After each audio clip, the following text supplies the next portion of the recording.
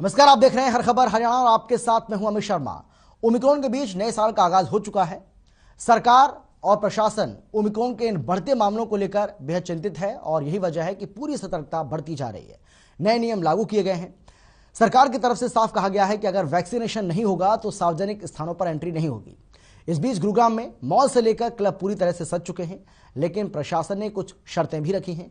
भारी संख्या में पुलिसकर्मियों की तैनाती की गई है। पब और बार 50% क्षमता के साथ खुलेंगे, वो भी सिर्फ 10 बजे तक। साथ में कोविड नियमों का पालन करना भी जरूरी है। मॉल, पब, बार, रेस्टोरेंट और बाजार समेत हर उस जगह पर जो पब्लिक प्लेस है वहां वैक्सीनेशन सर्टिफिकेट जरूरी होगा। गुरुग्राम में नव वर्ष का आगाज हो चुका है और मैं आपको दिखाना चाहता हूं कि गुरुग्राम में नव वर्ष की तैयारियों को लेकर पूरी तरह से सजाया गया है। लाइटिंग यहां पर प्रॉपर की गई है। अपने मेहमानों के स्वागत के लिए ये पब और क्लब पूरी तरह से तैयार हैं और यहां पर पूरी तैयारी की गई है और कोशिश ये की गई है कि कोरोना प्रोटोकॉल का पालन हो, लेकिन लोग कहीं ना कहीं यहाँ पर लापरवाही करते नजर आते हैं। आप देख रहे होंगे कि बिना मास्क के यहाँ पर लोग घूम रहे हैं और ये एक भारी मुसीबत का सबब आने वाले समय में गुरुग्राम के लोगों के लिए हो सकता है। हालांकि सरकार की ओर से 11 बजे तक ही सड़क पर रहना अलाउ है। अब देखने वाली बात ये होगी कि 11 बजे किस तरह से लोग अपने घरों को जाते हैं और किस तरह से जो सरकार का 11 बजे तक का नियम है उसको निभाते हैं, क्योंकि गुरुग्राम पुलिस के साफ आदेश है कि 11 बजे के बाद जो व्यक्ति सड़कों पर दिखा उसके खिलाफ FIR दर्ज की जाएगी। कैमरामैन प्रवीण कुमार के साथ प्रवीण शर्मा, हर खबर हरियाणा, गुरुग्राम। ओमिक्रॉन और कोरोना के बढ़ते मामलों को लेकर जिला प्रशासन की ओर से 11 बजे के बाद गुरुग्राम में कर्फ्यू लागू कर दिया गया है और जश्न जो गुरुग्राम में आज नव वर्ष के हो रहे हैं उनको लेके भी रिस्ट्रिक्शंस की गई हैं। मैं आपको दिखाना चाहूंगा कि जिस तरह से यहाँ गुरुग्राम पुलिस ने ये बैरिकेटिंग की है, इसके पार गाड़ियों का जाना मना है और बाकायदा यहाँ पर पुलिस के जवान तैनात है जो यहाँ से किसी भी तरह के वाहन को अंदर नहीं जाने दे रहे हैं ताकि वहाँ पे वाहनों की भीड़ ना हो पाए और लोग सोशल डिस्टेंसिंग का पालन करें। इसके अलावा गुरुग्राम पुलिस के कमिश्नर के साफ आदेश हैं कि 11 बजे के बाद जो व्यक्ति सड़क पर दिखाई देगा उसके खिलाफ FIR की जाएगी और ये जो नाके लगाए गए हैं ये इसीलिए लगाए गए हैं कि 11 बजे के बाद यदि कोई व्यक्ति नाकों से गुजरता है तो उनको पुलिस पकड़ेगी और उनके खिलाफ FIR की जाएगी, क्योंकि साफ तौर पर कर्फ्यू लागू है और कर्फ्यू को काफी सख्ती से लागू करने के निर्देश जिला प्रशासन की ओर से दिए गए हैं। कैमरामैन प्रवीण कुमार के साथ प्रवीण शर्मा, हर खबर हरियाणा। कुरुक्षेत्र में नए साल के जश्न और कोरोना गाइडलाइंस की पालना को लेकर पुलिस अधीक्षक डॉक्टर अंशु सिंगला से जब बात की गई तो उन्होंने नया साल 2022 के आगमन पर सभी कुरुक्षेत्र वासियों को शुभकामनाएं दी हैं। साथ ही लोगों से अपील की है कि वो नियमों के तहत ही नया वर्ष मनाएं, क्योंकि रात्रि कर्फ्यू है और इसीलिए किसी भी व्यक्ति को कानून हाथ में नहीं लेने दिया जाएगा। सख्ती से कानून और रात्रि कर्फ्यू की पालना करनी ही होगी।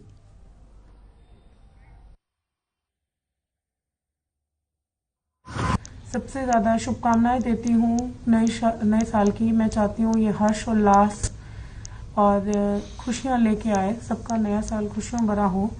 और इसी के साथ साथ मैं ये चाहूँगी कि नए साल में जो पुलिस का और पब्लिक का कनेक्ट सुधरे और इसके लिए बहुत ज़रूरी है कि सिटीजन्स भी अपनी रिस्पॉन्सिबिलिटी समझें कि हमें व्यवस्था बनाए रखने में उनका भी एक सहयोग है।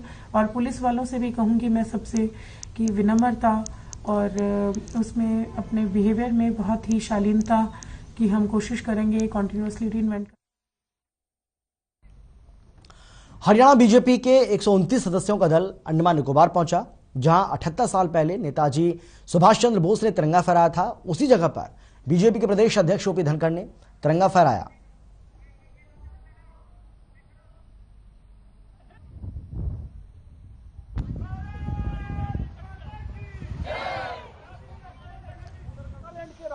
मणिपुर के राजा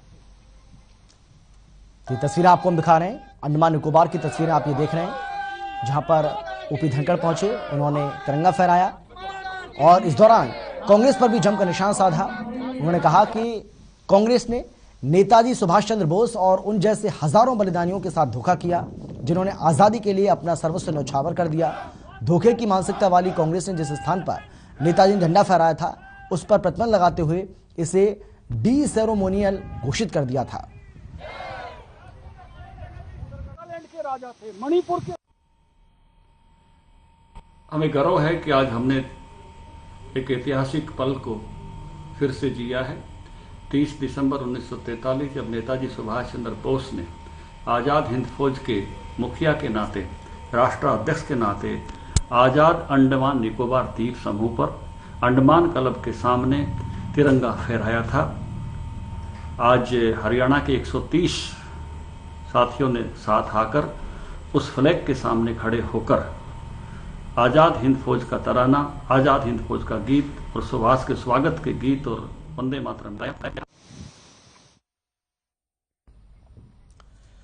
प्रदेश में बिजली बिल नहीं भरने वाले डिफॉल्टर्स उपभोक्ताओं के कनेक्शन काटे जा रहे हैं। इसमें कई कद्दावर नेताओं के नाम भी शामिल हैं और इसी कड़ी में टीएमसी नेता अशोक तंवर का नाम भी सामने आया है। इस पर हमारे संवाददाता रवि चंदेल ने बिजली मंत्री रणजीत सिंह चौटाला से खास बातचीत की है। आप भी सुनिए।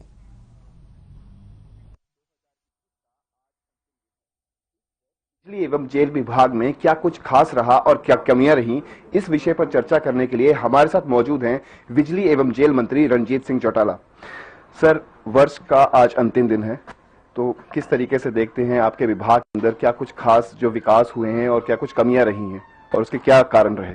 देखिए, हमारा डिपार्टमेंट जहाँ तक है बहुत बढ़िया कर रहा है, क्योंकि मेरा अपना डिपार्टमेंट है। इस करके मैं इसके लिए तारीफ में बोलने से मेरी जबान भी घूमने में जरा थोड़ा सा संकोच कर रही है।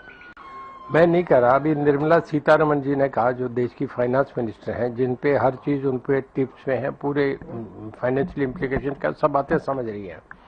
उन्होंने चीफ मिनिस्टर के साथ जब वीसी पे थे तब ये कहा था कि मैं हरियाणा के चीफ मिनिस्टर को और हरियाणा की गवर्नमेंट को बधाई देती हूँ कि हरियाणा पावर में बहुत अच्छा कर रहा है और मैं सेंट्रल गवर्नमेंट की एक टीम भेजूंगी सेक्रेटरी के साथ, जो जाके वहाँ इसे स्टडी करे और इस मॉडल को लेना चाह रहे हैं। मैं दूसरे चीफ मिनिस्टर से भी कहूँगा कि वो हरियाणा को देखे, हरियाणा बहुत अच्छा कर रहा है। ये मेरी रिकमेंडेशन है। तो मैं ये मानता हूँ कि ये हमारे मुख्यमंत्री जी के लिए, प्रदेश गवर्नमेंट के लिए एक बहुत बड़ा कॉम्प्लीमेंट है। और खास करके मैं हमारी जो पूरे बिजली टीम है, जो आप ALM से लेके और ACS तक जो हमारे अधिकारी हैं, मैं उनको बधाई देता हूँ। बहुत अच्छा कर रहे हैं, उनकी वजह से आज प्रदेश को इज्जत मिल रही है। सर, कोरोना काल था, इस वर्ष भी कोरोना ने अपने जो है वो पैर पसारे हैं। किस तरीके से कौन कौन से विभागों में, आपके विभाग के अंदर कौन कौन से ऐसे फील्ड्स रही हैं जहां पे कुछ एक कमियां जो हैं वो देखी गई हैं और आपने उसको बाकायदा नोटिस भी किया और इसको सुधार की गुंजाइश भी आ गई? बिजली विभाग का पूछा जी, दोनों। देखिए, कोरोना में तो पिछले 2 से पूरी दुनिया ने सीखा है। कोविड ऐसा था, सेकेंड लहर तो बहुत खतरनाक थी। उसमें एक जरा चर्चा चला, आपका ऑक्सीजन का बड़ा चला, ऑक्सीजन का बहुत बड़ा रोल रहा था या नहीं था, पर मीडिया में बड़ा हर जगह हंगामा था। वहाँ हो गए, वहाँ से ट्रेन से उड़ीसा से आ रही है, हवाई जहाज़ों से बाहर से प्लेन वो लेके आए जा रहे हैं, भाई ऑक्सीजन पहुँचाई जा रही है। वो एक बहुत खतरनाक टाइम था। हालांकि वो 15-20 दिन था, वो एक दौर, उसमें बहुत लोगों की जानें चली गई, देश का आर्थिक तौर पे बहुत नुकसान हुआ। ये राष्ट्रीय नहीं अंतर्राष्ट्रीय था। यूरोप में बहुत हुआ था, अमेरिका में बहुत हुआ था। अमेरिका और ब्राजील और रशिया, ये तो, और यूरोप तो टॉप पे थे। पर हमारा अब जो इससे है, 2 से हमने ये सीखा है कि इस वक्त बहुत तरीके से तैयारी है। हम पहले मान के चल रहे थे कि कभी भी थर्ड वेव आ सकती है। अब 2 दिन से जरा ऐसा मैसेज है कि कुछ लोग मानते हैं कि कुछ डर हो सकता है। हमारे ऑक्सीजन प्लांट फुली तैयार है। आज कोई आज हमें कहीं ऑक्सीजन के लिए नहीं देखना पड़ेगा, मेन ऑक्सीजन होती है। सब जगह कोशिश हो रही है कि जिनको 2 वैक्सीन लग गई डोज, उन्हें कोई खतरा नहीं हुआ। इंडिया में सबसे ज़्यादा लगी है, और कंट्री से हमने ज़्यादा नंबर को लगवाया, लोगों ने लाइनें लग लग के लगवाई हैं। इसके बाद हमारे डॉक्टर्स, हॉस्पिटल्स पूरी तरीके से फुली इक्विप्ड है। कभी भी कोई ऐसी अलार्मिंग सिचुएशन आती है तो हम उसे मीट आउट करेंगे, हमें कोई प्रॉब्लम नहीं है। हमारे हेल्थ मिनिस्टर साहब का भी कल विज साहब का भी बयान था, परसों चौथ हमारी कैबिनेट मीटिंग थी, उसमें भी इसका चर्चा था। हम इस सिचुएशन से बिल्कुल पूरी तरीके से तैयारी में हैं। भगवान ना करे ऐसा कोई ज़्यादा तकलीफ का वक्त किसी के लिए आए, पर सरकार की तरफ से कहीं कोई कमी नहीं है। महत्वाकांक्षी जगमग योजना के तहत 24 घंटे बिजली दिन जो गांव को प्रोवाइड करनी है, उसको लेकर क्या कुछ जो आगामी टास्क रहेगी, किस तरीके से देखते हैं? वर्ष 2022 शुरू होने वाला है, उसको लेकर क्या कुछ प्रावधान किए जाएंगे कि किन किन गाँव को जो है एड ऑन किया जाएगा? देखिए, हरियाणा ज्योग्राफिकली ना यूपी हो सकता, ना बिहार हो सकता, ना महाराष्ट्र हो सकता। हमारी छोटी स्टेट है, पर हमने बहुत अच्छा मैनेज कर रखा है। टोटल 6800 गाँव हैं। 6800 गांव में इस वक्त 5500 से ज्यादा गांव में हम 24 घंटे बिजली दे रहे हैं, जो एक रिकॉर्ड है। कहीं भी किसी स्टेट पे भी ऐसा नहीं है। और अगली हम तैयारी में कि एक साल में हम सभी लोगों को 24 घंटे, कुछ जगह है कोई लोगों में गांव में थोड़ी सी रेजिस्टेंस भी मिलती है, कई जगह ऐसे गांव में जहाँ बिल नहीं भरते उन्हें हम बिजली पंचायत से, मैं क्योंकि अब तो एक साल कोविड का रहा इस करके नहीं जा सके, मैंने तो मीटिंगें रखी हैं, लोगों को समझाते हैं कि आप अच्छा बिल वेवर हो, आप गुड पे मास्टर बनो। बहुत शुक्रिया सर, और नव वर्ष की आपको भी ढेर सारी शुभकामनाएं। तो ये थे हमारे साथ बिजली एवं जेल मंत्री रणजीत सिंह चौटाला, जिन्होंने विस्तार से इस तौर पर बिजली विभाग के अंदर क्या कुछ विकास के कार्य किए गए हैं उसके ऊपर विस्तार से जानकारी दी। चंडीगढ़ से हर खबर हरियाणा के लिए रवि चंदेल के साथ कैमरामैन किशन की। भिवानी पहुंचे पूर्व मुख्यमंत्री भूपेश सिंह हुड्डा कांग्रेस नेता संदीप सिंह की माता के निधन पर शोक व्यक्त करने पहुंचे थे। इस दौरान आपको बता दें कि पूर्व सीएम भूपेश सिंह हुड्डा ने कहा है कि हरियाणा बेरोजगारी और अपराध में नंबर 1 है। प्रदेश का हर वर्ग इस सरकार से नाखुश है, कर्मचारी हो या फिर मजदूर या फिर आम आदमी, सभी सरकार की नीतियों से नाखुश हैं।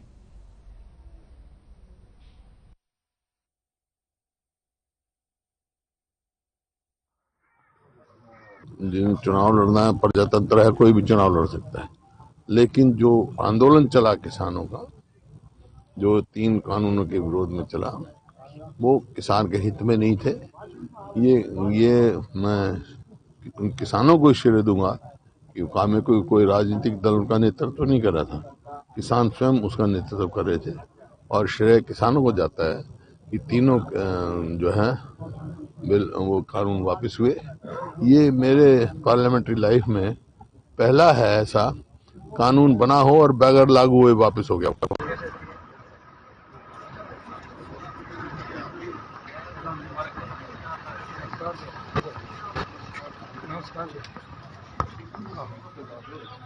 यहाँ आगे उतर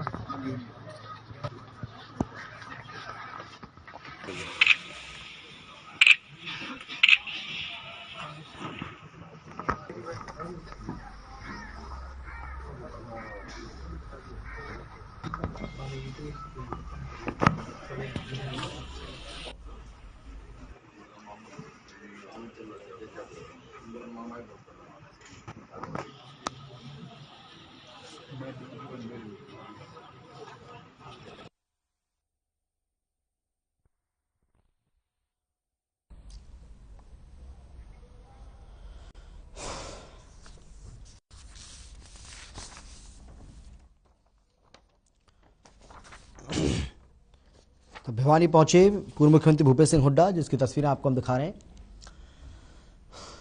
कांग्रेस नेता संदीप सिंह की माता के निधन पर शोक व्यक्त करने के लिए वहां पर पहुंचे थे। इस दौरान पूर्व सीएम भूपेश सिंह हुड्डा ने कहा है कि हरियाणा बेरोजगारी और अपराध में नंबर 1 हो चुका है।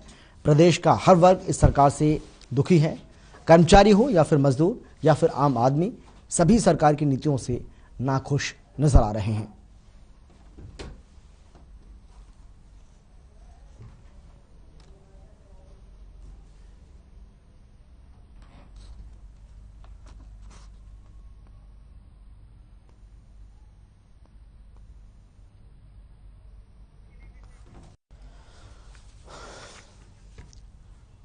बीजेपी के प्रदेश अध्यक्ष ओपी धनखड़ की हम बात कर रहे थे, लेकिन अब जो हम बात करने वाले हैं वो पंजाब की हम बात करेंगे। जिस तरीके से अब पंजाब में चुनाव बेहद नज़दीक है और इसको लेकर तमाम जो राजनीतिक पार्टियां हैं उनकी ओर से बातें कही जा रही हैं, अपने अपने दावे किए जा रहे हैं। लेकिन अगर हम बात करें आम आदमी पार्टी की, तो आम आदमी पार्टी की ओर से भी बहुत सारी बातें की जा रही हैं। लेकिन चंडीगढ़ प्रदेश अध्यक्ष अरुण सूद ने आम आदमी पार्टी की ओर से लगाए गए आरोपों का बड़ी ही बेबाकी के साथ जवाब दिया है और कहा है कि चंडीगढ़ वासियों ने मैंडेट के तौर पर आम आदमी पार्टी से 3% मत भारतीय जनता पार्टी को दिया और कहा कि चंडीगढ़ निकाय चुनाव का कोई भी असर विधानसभा चुनाव 2022 में देखने को नहीं मिलेगा। इस दौरान हमारे पंजाब के ब्यूरो चीफ रणजीत सिंह ने बीजेपी के प्रदेश अध्यक्ष अरुण सूद से खास बातचीत की है। आप भी देखिए और सुनिए।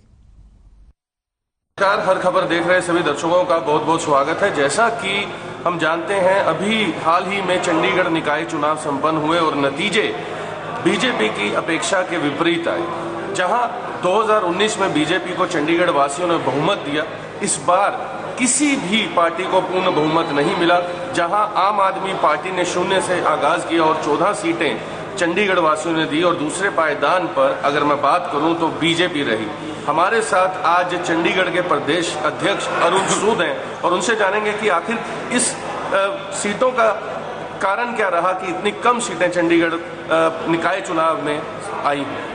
सूद साहब बहुत बहुत स्वागत है। धन्यवाद जी। सूद साहब सबसे पहला प्रश्न, जैसा कि आपने सुन ही लिया कि 2019 और 2021 में ऐसी क्या कमी रह गई कि इस बार पूर्ण बहुमत नहीं बीजेपी जुटा पाई? नहीं, 2016 की आप बात कर रहे हैं। 2016 में जब हम नगर निगम के चुनाव आए थे, मैं तब 14 साल बाद भारतीय जनता पार्टी का मेयर बना था। हमने 10 महीने काम किया और एक नारा दिया था 10 महीने बनाम 14 साल, और उसमें लोगों ने हमें भरपूर हमारे काम को देखते हुए आशीर्वाद दिया। इस बार हमने अपने 6 साल का काम रखा था। हमें 28 पेज का रिपोर्ट कार्ड रखना पड़ा, एक बुकलेट छापनी पड़ी कि हमने क्या क्या काम के विषय में कोई कमी नहीं। लेकिन जिस प्रकार से आम आदमी पार्टी ने दिल्ली सरकार को यहाँ चुनाव में उतार दिया और लोगों को भरमाया गया फ्रीबीज के नाते, फ्री बिजली, फ्री पार्किंग, फ्री, वो कहाँ से लाएंगे ये फ्री चीज, किसके पैसे से लाएंगे? तो कुछ लोग जो हैं, सब लोग नहीं, कुछ लोग इस भ्रम में जरूर फंसे, इस कारण से उनको कुछ सीटों में फायदा हुआ। लेकिन अगर उनकी बातें सच होती तो पूरा चंडीगढ़ के प्रबुद्ध लोग उनको पूरी मेजॉरिटी देते। लेकिन अभी भी आप कह रहे हैं कि उनकी कोई लैंडस्लाइड विक्ट्री हुई है या भारतीय जनता पार्टी की हार हुई है। आज वोट प्रतिशत में हम लोग जो हैं वो नंबर 1 है। आम आदमी पार्टी तीसरे स्थान पे, हमसे 3% वोट उनके कम है। वोटें जरूर उनकी 14 आई हैं, हमारी 12 है। एक MP की मिला लें तो हमारे पास 13 वोट है। और मैंने जितने भी 35 के 35 जनप्रतिनिधि चुन के आए हैं उनको एक आह्वान किया है कि चंडीगढ़ के विकास को कौन गति दे सकता है, चंडीगढ़ में स्थिरता कौन दे सकता है और सेंट्रल गवर्नमेंट के साथ किसकी अच्छी कोऑर्डिनेशन बन सकती है, इस आधार पर अपने विवेक से फैसला करते हुए वो भारतीय जनता पार्टी के मेयर पद के उम्मीदवार को जो है अपना समर्थन दें। और मुझे पूर्ण उम्मीद है कि जब भी मेयर चुनाव की घोषणा होगी तो भारतीय जनता पार्टी अपना मेयर बनाने में सफल हुई। सूद साहब, जैसे ही नतीजे आए अगले दिन ही आम आदमी पार्टी के विधायक हैं दिल्ली से राघव चड्ढा, वो प्रेस कॉन्फ्रेंस करते हैं, आरोप लगाते हैं हॉर्स ट्रेडिंग की और खरीद फरोख्त के आरोप लगाते हैं और उन्होंने कहा कि हमने रिकॉर्डिंग भी ऑन कर दिया, कैमरे भी लगा दिए। इस पर क्या कहना चाहिए? मुझे सबसे पहले तो ना तो भारतीय जनता पार्टी ने अपने काउंसलरों पर कोई शक, हमारे काउंसलर वैसे ही लोगों से मिल रहे हैं जिन्होंने, सबसे पहले एक बात बताइए कि जिनको आप अपने 14 जनप्रतिनिधि मानते हैं, क्या वो बिकाऊ माल है? क्या वो उनका स्तर ऐसा है कि वो पैसे के देल पे? आम आदमी पार्टी तो अपनी गुणवत्ता पे अपने कार्यकर्ताओं की बहुत एंटती है, लेकिन आज उनको किस चीज़ का हो गया? मैं समझता हूँ चाहे करोड़ हो, अरब हो, जो पार्टी का कार्यकर्ता वो कभी नहीं डोलता। आप भारतीय जनता पार्टी के किसी कार्यकर्ता को इंच मात्र भी किसी इस तरफ या उस तरफ करके दिखाएं। आज आम आदमी पार्टी बी टीम है कांग्रेस की। आज उनको लग रहा है डर कि ये सब हमारे पास जो है मंडी का माल है। जिस तरीके का उनको जो जनादेश उन्होंने लोगों को गुमराह करके जो फ्रैक्चर वर्डिक्ट है वो शहर में आया है, एक हंग असेंबली आई है। मैं समझता हूँ कि आम आदमी पार्टी के राघव चड्ढा जी बड़ी बचकानी बातें की उन्होंने कहा कि गजेंद्र शेखावत जी जो यूनियन मिनिस्टर हैं वो पूरे चुनाव में चंडीगढ़ में शामिल नहीं होते। 2 महीने से वो पंजाब चुनाव के प्रभारी हैं और 2 महीने से चंडीगढ़ ऑफिस में, पंजाब बीजेपी ऑफिस में चंडीगढ़ रह रहे थे। एक बार भी वो शामिल नहीं होते। और एक दिन काउंटिंग के बाद रात को वो 75 लाख 50 लाख की बोरियां लेके आम आदमी पार्टी के काउंसिलरों में घरों में पहुंच जाते हैं। जब मीडिया के मित्रों ने उनसे सबूत मांगे कि आप इतना बड़ा एलिगेशन लगा रहे हैं, उनके पास कोई सबूत नहीं। वो कह रहे हैं हमने कैमरे लगा दिए, हमने जो है उनके फ़ोन टैप करने शुरू कर दिए, अभी तक आया कोई सबूत। तो मैं सिर्फ और सिर्फ ये जो लोग पंजाब में इसका ओछी राजनीति करते हुए लाभ लेने के लिए कि कल को हम जाके पंजाब में बोलेंगे कि गजेंद्र शेखावत जी जो हैं जो पंजाब चुनाव के प्रभारी हैं, हमारा बहुमत आया था, हमें वहाँ चंडीगढ़ में मेयर नहीं बनने दिया। इनको पता है इनका मेयर नहीं बनने जा रहा है।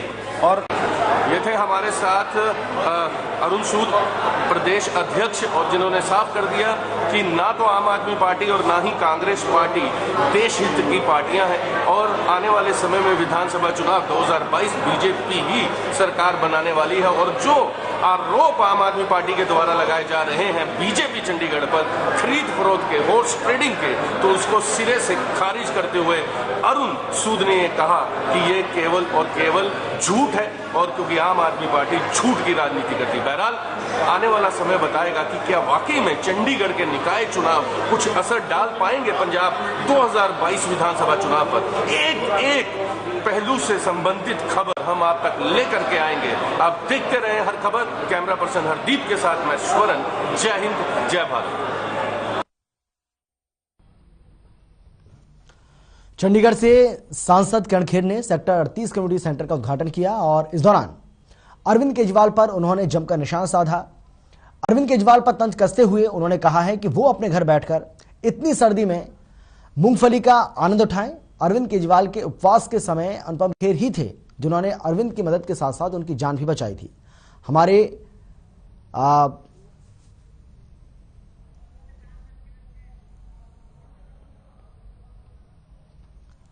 तो आपको बता दें कि बीजेपी सांसद किरण खेर कम्युनिटी सेंटर का उद्घाटन करने के लिए यहां पर पहुंची थी और उन्होंने आम आदमी पार्टी और उसके संयोजक अरविंद केजरीवाल पर जमकर निशाना साधा।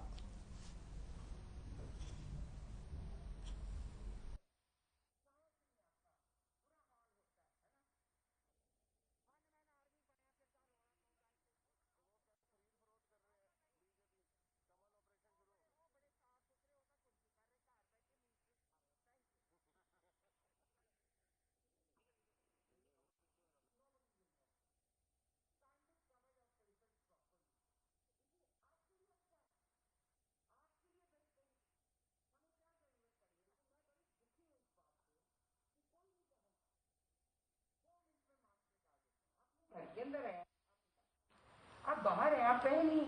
That is my request to you. कोई और किसे पगड़ी खिंचवा के फाटी बड़ी है या किसी ने कुछ पर गॉड से मतलब N95 के मास्क मिलते नहीं, खरीद लो। स्वास्थ्य मंत्री अनिल विज फतेहाबाद के नागरिक अस्पताल में औचक निरीक्षण के लिए पहुंचे। विज के निरीक्षण के दौरान अस्पताल में हड़कंप मच गया। आपको बता दें कि इस दौरान उन्होंने ऑक्सीजन प्लांट, वेंटिलेटर और अन्य सुविधाओं का निरीक्षण किया। स्वास्थ्य मंत्री को जो खामियां दिखाई दी उन्हें तुरंत दुरुस्त करने के निर्देश भी उन्होंने जारी किए। विज ने कहा कि प्रदेश में डॉक्टरों की कमी को देखते हुए जल्द ही प्रदेश में 780 डॉक्टर्स की नियुक्ति की जाएगी। तो वहीं वैक्सीनेशन को लेकर भी अनिल विज ने चेतावनी देते हुए कहा है कि 1 जनवरी से सार्वजनिक स्थानों पर आने जाने वाले वालों के लिए वैक्सीन की दोनों डोज अनिवार्य हैं, जिसे लेकर सभी जिला उपायुक्तों को आदेश भी जारी कर दिए गए हैं। बिल्कुल उनकी चेकिंग की जाएगी। सभी डिप्टी कमिश्नर्स को कह दिया है कि वो सभी विभागों के कर्मचारियों को मिलाकर टीम्स बनाएं। हर जगह तो नहीं जा सकते, लेकिन रैंडम चेकिंग करें। और जो बिना वैक्सीनेशन के अगर किसी दफ्तर में, किसी माल में, किसी और जगह पर आया हुआ है तो उसके खिलाफ सेक्शन 188 में कार्रवाई।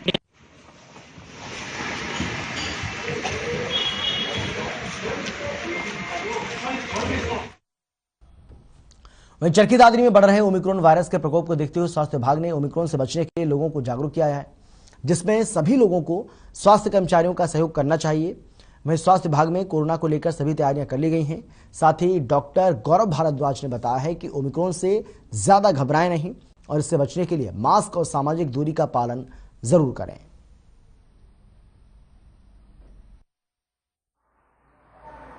ओमिक्रॉन एक नया वेरिएंट है, इसके बारे में पूरी जानकारी नहीं है, अभी रिसर्च चल रही है, लेकिन अभी तक जितनी इंफॉर्मेशन है उससे यही निकल के आता है कि बहुत ज्यादा घबराने की जरूरत नहीं है। ये बेसिकली अल्फा वेरिएंट का ही फर्दर डेरिवेटिव है। अल्फा वेरिएंट वो वेरिएंट है जो फर्स्ट वेव में हमारे एरिया में था और अदर कंट्री में भी ज्यादातर अल्फा वेरिएंट ही।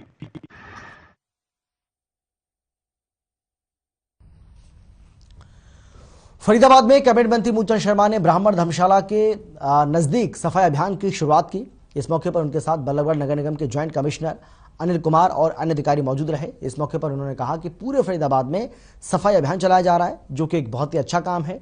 उनका प्रयास रहेगा कि 2022 में स्वच्छता के ऊपर पूरा ध्यान दिया जाए और लोगों को भी इसे लेकर जागरूक किया जाएगा।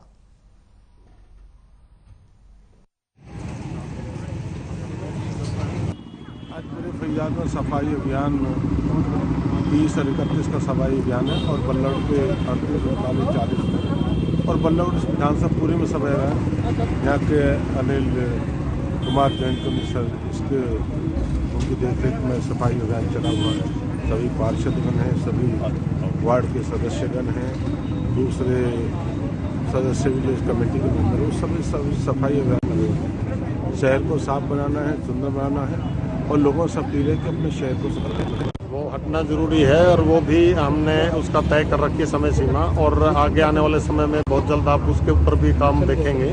फिलहाल जो नए साल की शुभकामनाएं फरीदाबाद और बल्लभगढ़ वासियों को मैं देना चाहता हूं और साथ ही ये भी निवेदन है कि आप अपने घर के सामने, दुकान के सामने, जो भी आपका इंस्टीट्यूशन उसके सामने के एरिया को साफ करने का हमारा साथ दे, इसमें सफाई रखने में।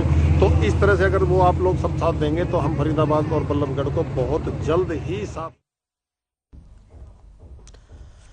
प्रदेश के स्वास्थ्य मंत्री अनिल विज सिरसा पहुंचे। जिला लोक संपर्क एवं कष्ट निवारण समिति की बैठक की अध्यक्षता की। अनिल विज ने अधिकारियों को जमकर फटकार भी लगाई, उनकी क्लास लगाई। साल के अंतिम में अनिल विज का चाबुक पुलिस महकमे पर चला। साथ ही 2 पंचायत और विकास अधिकारियों पर ही विज ने एक्शन लिया। अनिल विज ने बैठक की अध्यक्षता करते हुए कुल 16 शिकायतों को सुना और सभी शिकायतों का निस्तारण भी किया।